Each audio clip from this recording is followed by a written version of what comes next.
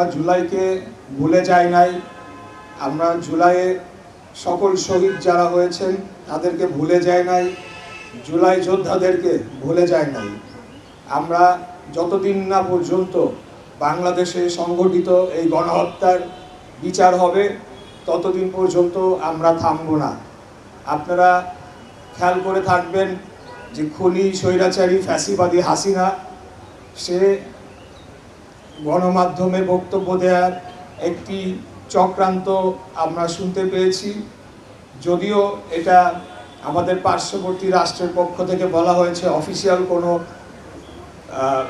আয়োজন নয়, তারপরেও আমি বলবো যে বিগত কয়েকদিন আমরা যারা গণ অভ্যুত্থানের পক্ষের শক্তি ছিলাম, বিভিন্ন ক্যাম্পাসে আমরা দেখেছি একটি অস্থিতিশীল পরিস্থিতি তৈরি করা হচ্ছে। আমি মনে করি এটা দীর্ঘমেয়াদে একটি ষড়যন্ত্রের অংশ হতে পারে। এই ষড়যন্ত্রের মাধ্যমে যারা পতিত ফ্যাসিবাদ, যারা বাংলাদেশ থেকে হাজার হাজার কোটি টাকা লুটপাট করে নিয়ে গিয়েছে, সেই অর্থ আবার বাংলাদেশে বিনিয়োগ করে দেশকে অস্থিতিশীল করে হয়তো ফেরার চেষ্টা করতে পারে। কিন্তু এতটুকু আপনাদের মাধ্যমে বলতে চাই যে অবশ্যই আমরা ফ্যাসিবাদকে কোনোদিনও বাংলাদেশে যদি তারা ফেরত আসে তাহলে তাদের এই গণহত্যার জন্য যে তাদের ফাঁসির রায় হয়েছে সেটিকে কার্যকর করার মাধ্যমেই তাদের বাংলাদেশের রাজনীতির ইতি টানা হবে ইনশাল্লাহ। আমরা বাংলাদেশ একটি বীরের জাতি।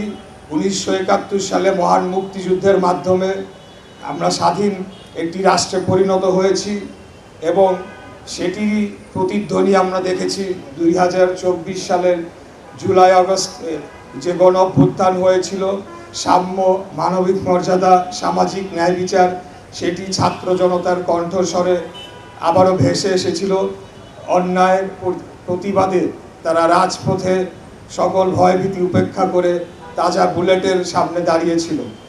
তো আমরা সেই প্রজন্ম বাংলাদেশ এবং বাংলাদেশের স্বাধীনতা সার্বভৌমত্ব রক্ষায় আমরা সর্বদা কাজ করে যাব এবং সকল পক্ষকে আহ্বান জানাচ্ছি যে দেশকে অস্থিতিশীল করে একটি রাজনৈতিক এবং সরাসরি মানুষের ভোটে নির্বাচিত গণতান্ত্রিক সরকারকে অস্থিতিশীল করার মাধ্যমে দেশকে আবারও হুমকির মুখে ঠেলে দেওয়ার কোনো প্রচেষ্টা যদি করা হয় তাহলে আমরা যারা শহীদ রাষ্ট্রপতি জিয়াউর রহমানের আদর্শের বাংলাদেশ জাতীয়তাবাদী রাজনীতি করি, আমরা রাজপথে রয়েছি, রাজপথে থাকব।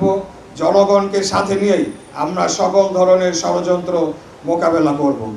আমার কাছে মনে হচ্ছে এই যারা এখন দেশকে অস্থিতিশীল করতে চাচ্ছে তাদের সাথে পতিত স্বৈরাচারের কি কোনো ধরনের যোগসূত্র হয়েছে কিনা, কোনো ধরনের যোগাযোগের মাধ্যমে তারা একসাথে এই কাজটি করছে কিনা।